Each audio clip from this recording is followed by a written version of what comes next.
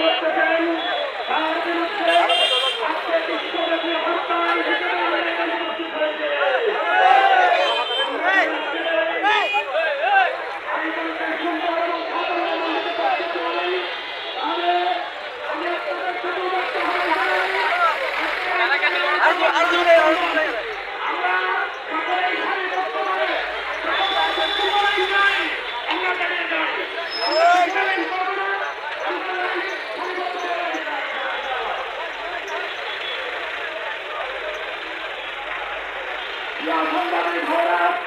আমরা সকলে সর্বোত্তমভাবে দাঁড়িয়ে চাই বিশৃঙ্খলা আমরা করবো না বিশৃঙ্খলভাবে আমরা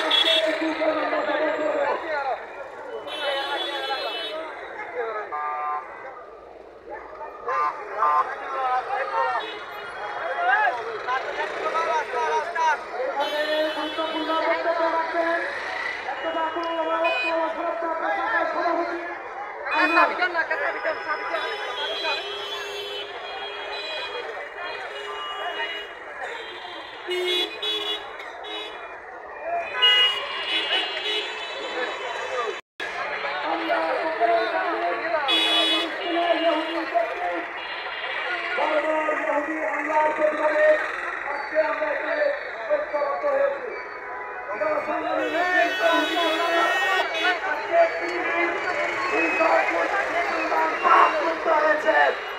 তাদের এই হামলার প্রতিবাদে আজকে আমরা এখানে জমায়েত হয়েছি। প্রিয় মুসলিম কওমি জনতা, আজকে ফিলিস্তিনের গাজা নগরীতে হামলা করা হয়েছে। মুসলমানদের বাড়িঘর জ্বালিয়ে পুড়িয়ে চাকা করে দেওয়া হয়েছে।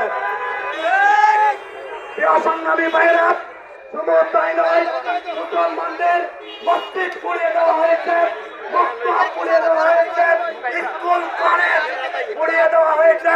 শুধু তাই নয়, এমনকি হাসপাতাল পর্যন্ত পুড়িয়ে দিয়েছে সন্ত্রাসী ইহুদি বাহিনী।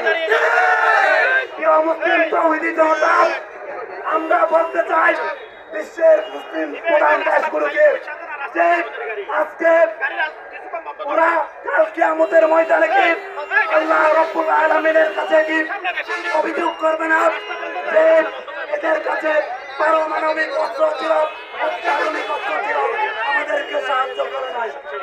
মুসলিম তৌহিদি জনতা, আমাদের কাছে অস্ত্র না থাকতে পারে, বোমা বারুদ না থাকতে পারে, 200 কোটি মুসলমানের 400 কোটি হাত রয়েছে ইসলাম রক্ষা করার জন্য, মসজিদ আকসা রক্ষা করার জন্য। এই হাত দিয়ে আমরা প্রতিরোধ করার জন্য প্রস্তুত আছি ইনশাআল্লাহ। এই হাতগুলো আল্লাহকে দেখিয়ে দিতে হবে।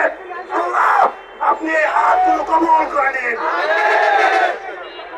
মুসলিম তৌহিদি জনতা, এই পর্যায়ে বক্তব্য রাখবেন, এই পর্যায়ে গুরুত্বপূর্ণ বক্তব্য রাখবেন সরবপাড়া ইউনিয়ন বিএনপির সভাপতি জাহাঙ্গীর সাহেব।